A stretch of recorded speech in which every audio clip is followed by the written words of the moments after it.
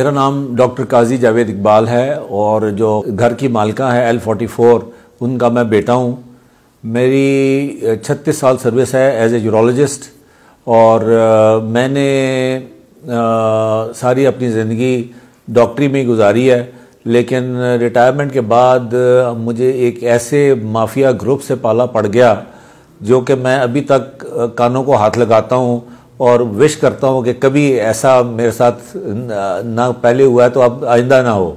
ये superior group of colleges है, उनके साथ उनको हमने ये अपनी जगह वालिदा की जगह दी थी और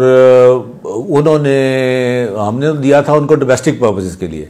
एक तो उन्होंने कमर्शियल शुरू कर दिया और दूसरा उन्होंने बीच में मीडिया ग्रुप बना लिया एक। बाद में हमारे देने के बाद हम तो समझा था कि शायद ये पढ़ाई के लिए लोगों को और लोगों की खिदमत के लिए काम करेंगे, इसलिए हम उनको बहुत कम किराए पे दिया। मुझे 4 कनाल का घर तकरीबन 2.5 लाख पे दिया और आज 4 कनाल के घर 10-10 लाख पे लोग दे रहे हैं। लेकिन बात यह है कि उन्होंने तो कब्जा ही कर लिया। उन्होंने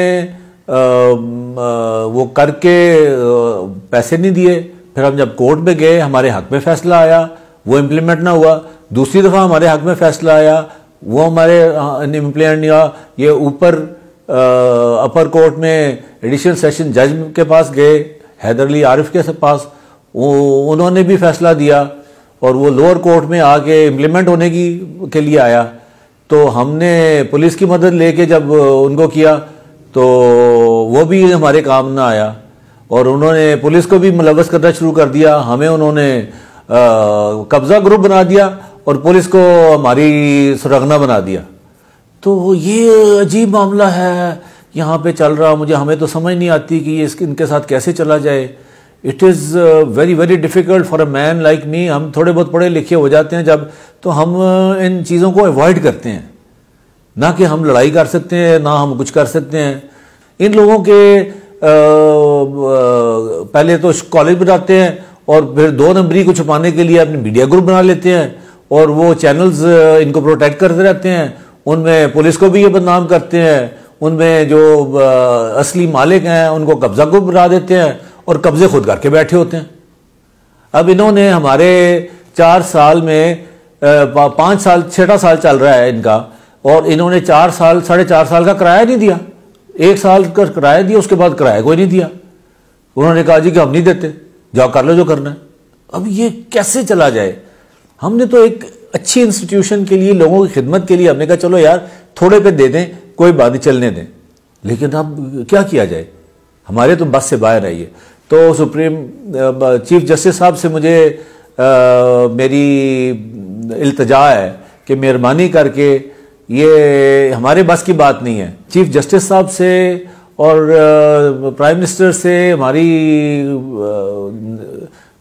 इस्तदा है कि मेहरबानी करके इन लोगों से हमारा जान छुड़ाएं। L44 मेरी जायदाद है, मियाँ ने मेरे नाम लगाई हुई है और यही हमारा ज़रिया माश है। सारा कुछ है मेरा और ये इन लोगों ने, ये लफंगे लोग हैं जिन्होंने ले लिया और ना किराया भी देते हैं ना खाली करते हैं। चीफ जस्टिस से अपील है कि हमें वो खाली करवा दें। मेरी बच्चों को भी जान का खतरा है और इनको चीफ जस्टिस से अपील है कि वो हमारी जान छुड़ाएं इन लोगों से। ये अच्छे लोग नहीं हैं। जायदाद जरी है और की तरह फिर उन्होंने आपको बदलाया, फिर और किया, नहीं पता कहीं करते हुए। मेरी दरखास्त है तुसी भी मेरे भाई हो, तुसी मेरी मदद करो, मेरी मदद करो। मेरी जायदाद मेरे वापस करा दे। मेरी बीवी जायदाद न बनाई, बात मेरी बीवी मिलेगी।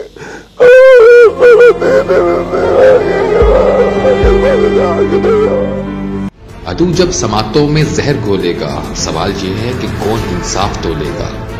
आप और मैं भी कर खामोश रहे तो इस देश में जुल्म का निजाम बोलेगा।